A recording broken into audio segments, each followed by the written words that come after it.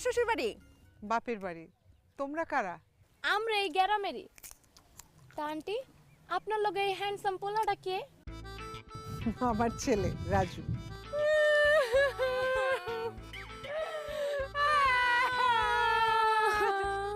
এ কি, তোমরা কাঁদছো কেন? আন্টি 6 মাস আগে আমার স্বামী মইরা গেছে। আমার জামাই দেখতে একদম হুকুল হের মতো, একদম হের মতো চেহারা। আরে দেখ আমার জামাইর কথা মনে পড়ে। এই মা, এখানে দাঁড়িয়ে ফালতু কথা শুনতে কেন? আসো। আরে দাঁড়া না।